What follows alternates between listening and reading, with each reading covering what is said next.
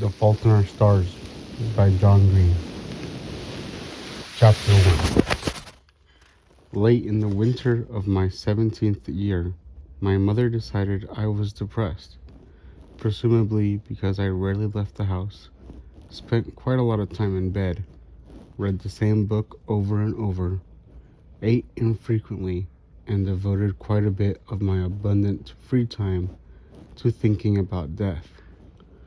Whenever you read a cancer booklet or website or whatever, they always list depression among the side effects of cancer. But in fact, depression is not a side effect of cancer. Depression is a side effect of dying. Cancer is also a side effect of dying. Almost everything is, really.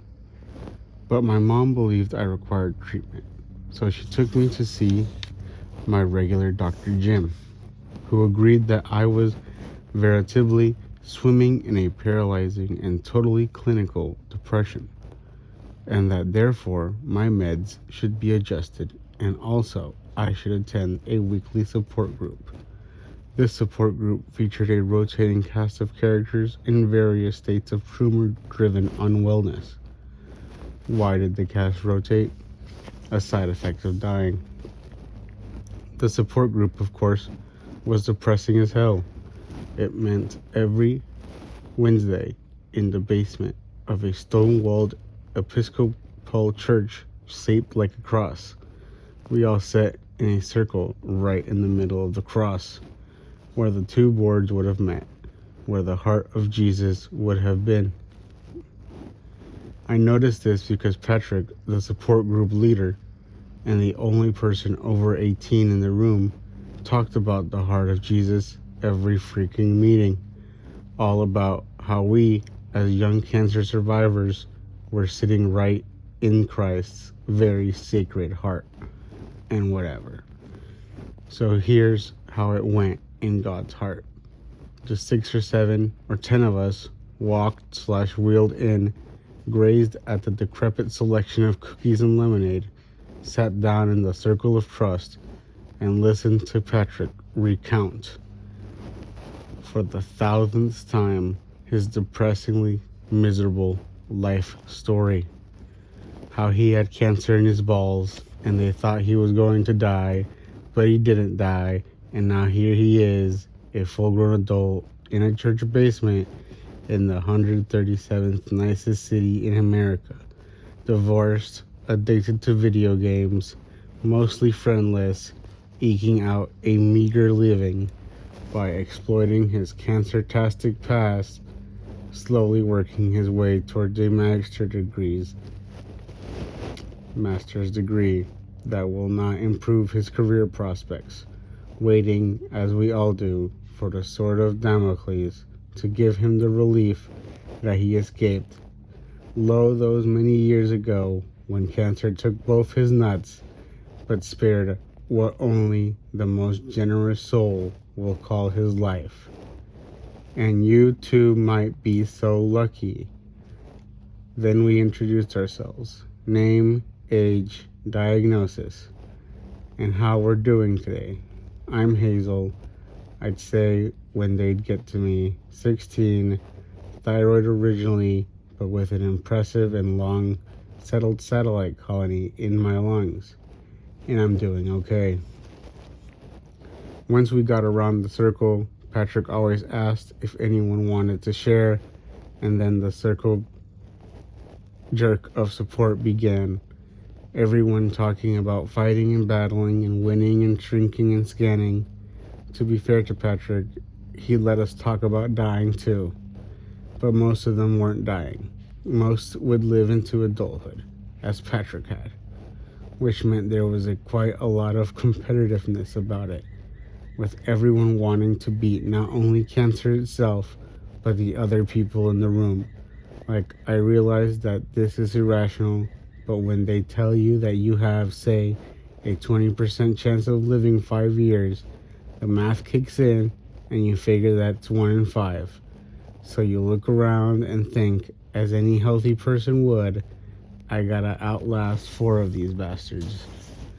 The only redeeming facet of support group was this kid named Isaac, a long-faced, skinny guy with straight blonde hair swept over one eye, and his eyes were the problem.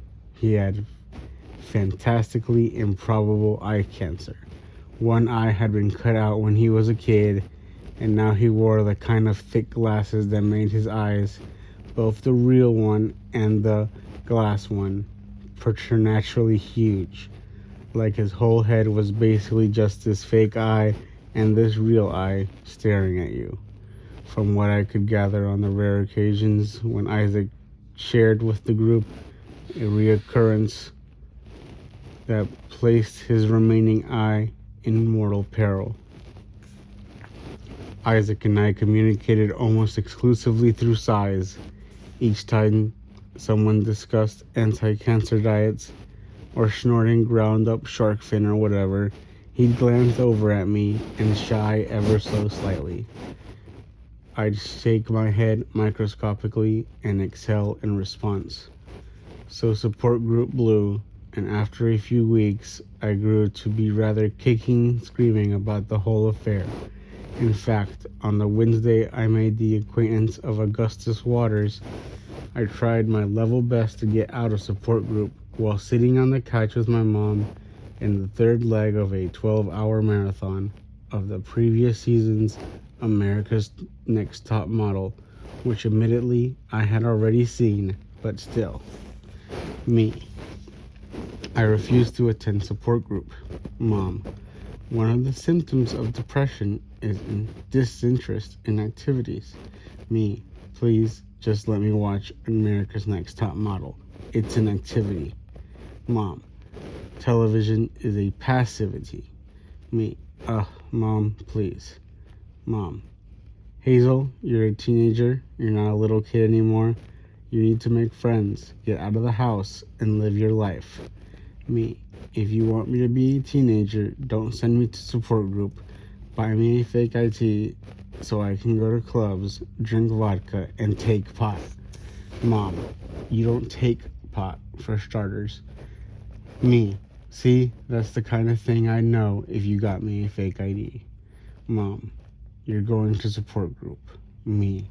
Ugh. Mom. Hazel, you deserve a life. That shut me up. Although I failed to see how attendance at support group met the definition of life, still I agreed to go after negotiating the right to record the 1.5 episodes of America's Next Top Model I'd be missing. I went to support group for the same reason that I'd once allowed nurses with a mere 18 months of graduate education to poison me with exotically named chemicals. I wanted to make my parents happy. There is one thing in this world shittier than biting it from cancer when you're 16, and that's having a kid who bites it from cancer. Mom pulled into the circular driveway behind the church at 4:56. I pretended to fiddle with my oxygen tank for a second just to kill time. Do you want me to carry it in for you? No, it's fine, I said. The cylindrical green tank only weighed a few pounds, and I had to steal a little cart to wheel it around behind me. It delivered 2 liters of oxygen to me each minute through a cannula, a transparent tube that split just beneath my neck, wrapped behind my ears, and then reunited in my nostrils. The contraption was necessary because my lungs sucked at being lungs. I love you, she said as I got out. You too, Mom. See you at 6. Make friends, she said through the rolled down window as I walked away. I didn't want to take the elevator because taking the elevator is a last days kind of activity at support group. So I took the stairs, I grabbed a cookie and poured some lemonade into a Dixie cup and turned around. A boy was staring at me. I was quite sure I'd never seen him before. Long and leany muscular, he dwarfed the molded plastic elementary school chair he was sitting in. Mahogany chair. Mahogany hair, straight and short. He looked my age, maybe a year older, and he sat with his tailbone against the edge of the chair, his posture aggressively poor, one hand half in a pocket of dark jeans. I looked away, suddenly conscious of my myriad insufficiencies. I was wearing old jeans, which had once been tight but now sagged in weird places, and a yellow t-shirt advertising a band I didn't even like anymore. Also my hair. I had this page boy haircut, and I hadn't even bothered to brush it. Furthermore, I had ridiculously fat chipmunk cheeks, a side effect of treatment. I looked like a normally disproportioned person with a balloon for a head. This was not even to mention the cankle situation. And yet, I caught a glimpse to him, and his eyes were still on me. It occurred to me why they call it eye contact. I walked into the circle and sat down next to Isaac, 2 seats away from the boy. I glanced again. He was still watching me. Look, let me just say it, he was hot. A non-hot boy stares at you relentlessly, and it is at best awkward, and at worst a form of assault. But a hot boy, well. I pulled out my phone and checked it so it would display the time, 4:59. The circle filled in with the unlucky 12 to 18s, and then Patrick started us out with the Serenity player. God, give me the serenity to accept the things I cannot change, the courage to change the things I can, and the wisdom to know the difference. The guy was still staring at me. I felt rather blushy. Finally, I decided to do that proper strategy was to stare back. Boys do not have a monopoly on the staring business, after all. So I looked at him over as Patrick acknowledged for the thousandth time his balllessness, etc. And soon it was a staring contest. After a while, the boy smiled, and then finally his blue eyes glanced away. When he looked back at me, I flicked my eyebrows up to say, I win. He shrugged. Patrick continued, and then finally it was time for the introductions. Isaac, perhaps you'd like to go first today. I know you're facing a challenging time. Yeah, Isaac said. I'm Isaac. I'm 17, and it's looking like I have to get surgery in a couple of weeks, after which I'll be blind. Not to complain or anything, because I know a lot of us have it worse. But yeah, I mean, being blind does sort of suck. My girlfriend helps though, and friends like Augustus. He nodded towards the boy, who now had a name. So yeah, Isaac continued. He was looking at his hands, which he folded into each other like the top of a teepee. There's nothing you can do about it. We're here for you, Isaac, Patrick said. Let Isaac hear it, guys. And then we all, in a monotone, said, we're here for you, Isaac. Michael was next. He was 12. He had leukemia. He'd always had leukemia. He was okay, or so he said. He'd taken the elevator. Linda was 16 and pretty enough to be the object of the hot boy's eyes. She was a regular in a long remission from appendicitis cancer, which I had not previously known existed. She said, as she had every other time I'd attended support group, that she felt strong, which felt like bragging to me as the oxygen drizzling nubs tickled my nostrils. There were 5 others before they got to him. He smiled a little when his turn came. His voice was low, smoky, and dead sexy. My name is Augustus Waters, he said. I'm 17. I had a little touch of osteosarcoma a year and a half ago, but I'm just here today at Isaac's request. And how are you feeling? Asked Patrick. Oh, I'm grand. Augustus Waters smiled with a corner of his mouth. I'm on a roller coaster that only goes up, my friend.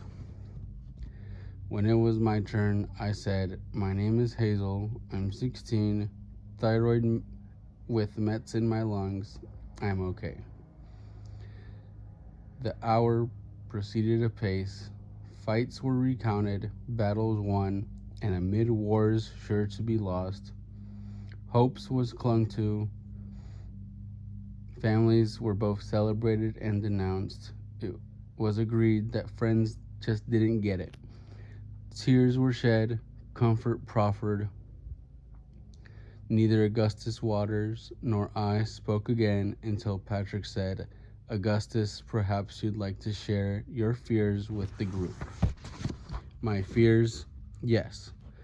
I fear oblivion," he said without a moment's pause. "I fear it like the proverbial blind man who's afraid of the dark." "Too soon," Isaac said, cracking a smile. "Was that insensitive?" Augustus asked.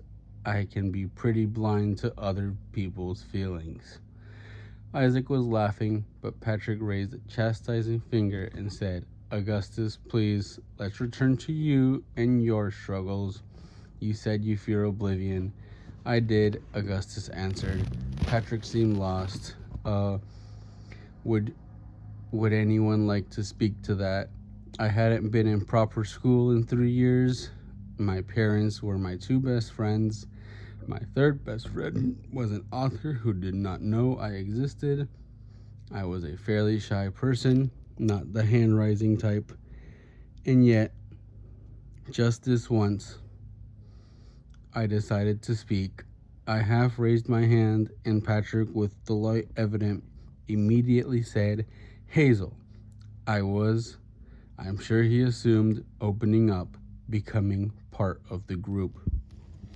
I looked over at Augustus Waters, who looked back at me. You could almost see through his eyes. They were blue. So blue. "There will come a time," I said, "when all of us are dead. All of us. There will come a time when there are no human beings remaining to remember that anyone ever existed or that our species ever did anything. There will be no one left to remember Aristotle or Cleopatra, let alone you. Everything that we did and built and wrote and thought and discovered will be forgotten, and all of this," I gestured encompassingly, "will have been for naught. Maybe that time is coming soon, and maybe it is millions of years away. But even if we survive the collapse of our sun, we will not survive forever. There was time before organisms experienced consciousness, and there will be a time after. And if the inevitability of human oblivion worries you, I encourage you to ignore it. God knows that's what everyone else does." I'd learned this from my aforementioned third best friend, Peter Van Houten, the reclusive author of An Imperial Reflection, the book that was so close a thing as I had to a Bible. Peter Van Houten was the only person I'd ever come across who seemed to A, understand what it's like to be dying, and B, not have died. After I finished, there was a long period of silence as I watched a smile spread all the way across Augustus's face. Not the little crooked smile of the boy trying to be sexy while he stared at me, but his real smile, too big for his face. "God damn," Augustus said quietly, "aren't you something else?" Neither of us said anything for the rest of the support group. At the end, we all had to hold hands, and Patrick led us in prayer. "Lord Jesus Christ, we are gathered here in your heart, literally in your heart, as cancer survivors. You and you alone know us as we know ourselves. Guide us to the life and the light through our times of trial.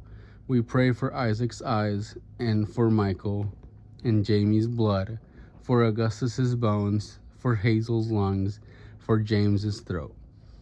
We pray that you might heal us and that you might feel your love and your peace, which passes all understanding, and we remember in our hearts those whom we knew and loved who have gone home to you.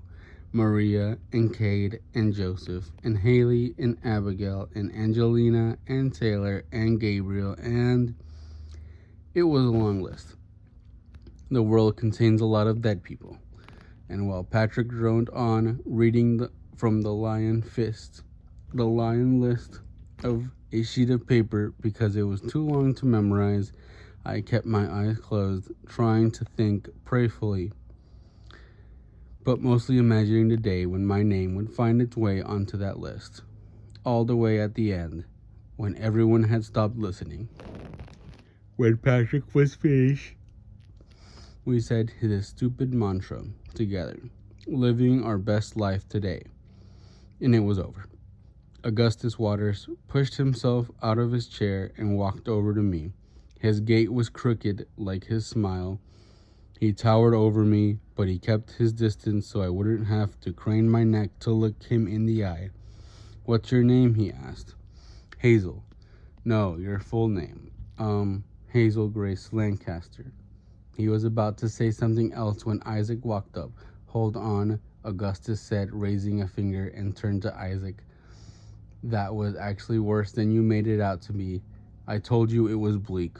Why did you bother with it?" "I don't know. It kind of helps." Augustus leaned in so he thought I couldn't hear. "She's a regular?" I couldn't hear Isaac's comment, but Augustus responded, "I'll say." He clasped Isaac by both shoulders and then took a half step away from him. "Tell Hazel about clinic." Isaac leaned a hand against the snack table and focused his huge eye on me. "Okay, so I went into clinic this morning and I was telling my surgeon that I'd rather be deaf than blind, and he said it doesn't work that way." And I was like, "Yeah, I realize it doesn't work that way. I'm just saying I'd rather be deaf than blind if I had the choice, which I realize I don't have." And he said, "Well, the good news is that you won't be deaf." And I was like, "Thank you for explaining that my eye cancer isn't going to make me deaf. I feel so fortunate that an intellectual giant like yourself would deign to operate on me." "He sounds like a winner," I said. "I'm gonna try to get me some eye cancer just so I can make this guy's acquaintance." "Good luck with that." "Alright, I should go. Monica's waiting for me. I gotta look at her a lot while I can." "Counterinsurgents tomorrow?" Augustus asked. "Definitely." Isaac turned and ran up the stairs, taking them two at a time. Augustus Waters turned to me. "Literally," he said. "Literally?" I asked. "We are literally in the heart of Jesus," he said. "I thought we were in a church basement, but we are literally in the heart of Jesus." "Someone should tell Jesus," I said. "I mean, it's gotta be dangerous, storing children with cancer in your heart." "I would tell him myself," Augustus said, "but unfortunately, I am literally stuck inside of his heart, so he won't be able to hear me." I laughed. He shook his head, just looking at me. "What?" I asked. "Nothing," he said. "Why are you looking at me like that?" Augustus half smiled. "Because you're beautiful. I enjoy looking at beautiful people, and I decided a while ago not to deny myself the simpler pleasures of existence." A brief, awkward silence ensued. Augustus plowed through. Particularly given that, as you so deliciously pointed out, all of this will end in oblivion and everything. I kinda scoffed or sighed or exhaled in a way that was vaguely coffee, and then said, "I'm not You're like a millennial Natalie Portman." "Like V for Vendetta, Natalie Portman." "Never seen it," I said. "Really?" he asked. "Pixie-haired, gorgeous girl dislikes authority and can't help but fall for a boy she knows is trouble. It's your autobiography, so far as I can tell." His every syllable flirted. Honestly, he kind of turned me on. I didn't even know that guys could turn me on, not like in real life. A younger girl walked past us. "How's it going, Alyssa?" he asked. She smiled and mumbled, "Hi, Augustus. Memorial people," he explained. Memorial was the big research hospital. "Where do you go?" Children's, I said, my voice smaller than I expected it to be. He nodded. The conversation seemed over.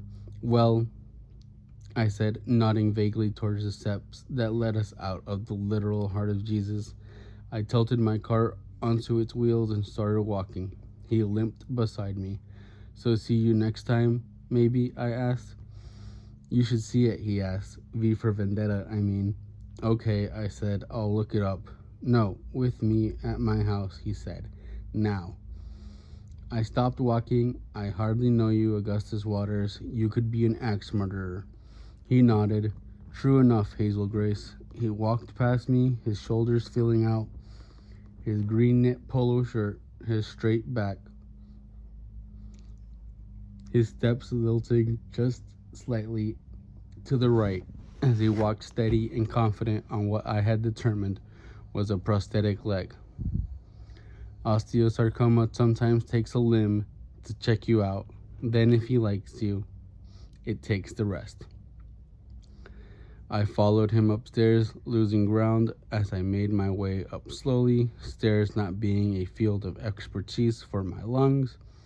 And then we were out of Jesus' heart and in the parking lot. The spring air just on the cold side of perfect, the late afternoon light heavenly in its hurtfulness. Mom wasn't there yet, which was unusual because Mom was almost always waiting for me. I glanced around and saw that a tall, curvy brunette girl that Isaac pinned against the stone wall of the church, kissing him rather aggressively. They were close enough to me that I could hear the weird noises of their mouths together, and I could hear him saying always and her saying always in return. Suddenly standing next to me, Augustus half whispered, "They're big believers in PDA." What's with the always? The slurping sounds intensified.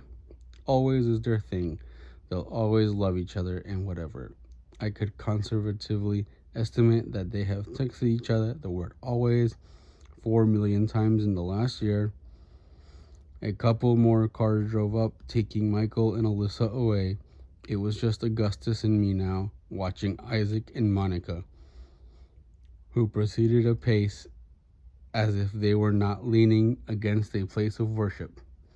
His hand reached for her boob, over her shirt, and pawed at it, his palm still while his fingers moved around. I wondered if that felt good. Didn't seem like it would, but I decided to forgive Isaac on the grounds that he was going blind. The senses must feast while there is yet hunger and whatever. Imagine taking that last drive to the hospital, I said. The last time you'll ever drive a car. Without looking over at me, Augustus said, "You're killing my vibe here, Hazel Grace. I'm trying to observe young love in its many splendored awkwardness." "I think he's hurting her boob," I said. "Yes, it's difficult to ascertain whether a person is trying to arouse her or perform a breast exam." Then Augustus Water reached into his pocket and pulled out, of all things, a pack of cigarettes. He flipped it open and put a cigarette between his lips. "Are you serious?" I asked. "You think that's cool? Oh my God, you just ruined the whole thing." "Which whole thing?" he asked, turning to me. The cigarette dangled unlit from his unsmiling corner of his mouth. "The whole thing where a boy is not unattractive or unintelligent or seemingly in a way anyway unacceptable, stares at me and points out incorrect uses of literally, and compares me to actresses and asks me to watch a movie at his house. But of course, there is always a harmatia, and yours is that, oh my God, even though you had freaking cancer, you give money to a company in exchange for the chance to acquire yet more cancer. Oh my God, let me just assure you that not being able to breathe sucks. Totally disappointing. Totally." "A harmatia?" he asked, the cigarette still in his mouth. It tightened his jaw. He had a hell of a jawline, unfortunately. "A fatal flaw," I explained. Turning away from him, I stepped towards the curb, leaving Augustus Waters behind, and then I heard a car start down the street. It was my mom. She'd been waiting for me to make friends or whatever. I felt this weird mix of disappointment and anger welling up inside me. I don't even know what the feeling was really, just that there was a lot of it. And I wanted to smack Augustus Waters and also replace my lungs with lungs that didn't suck at being lungs. I was stranded with my Chuck Taylors on the very edge of the curb, the oxygen tank ball and chaining in the cart by my side, and right as my mom pulled up, I felt a hand grab mine. I yanked my hand free but turned back to him. "They don't kill you unless you light them," he said, as Mom arrived at the curb, "and I've never lit one. It's a metaphor, you see. You put the killing thing right between your teeth, but you don't give it the power to do its killing. It's a metaphor," I said, dubious. Mom was just idling. "It's a metaphor," he said. "You choose your behaviors based on their metaphorical resonances," I said. "Oh, yes," he smiled, the big, goofy, real smile. "I'm a big believer in metaphor, Hazel Grace." I turned to the car, tapped the window. It rolled down. "I'm going to a movie with Augustus Waters," I said. "Please record the next several episodes of the ANTM marathon for me." End of chapter 1.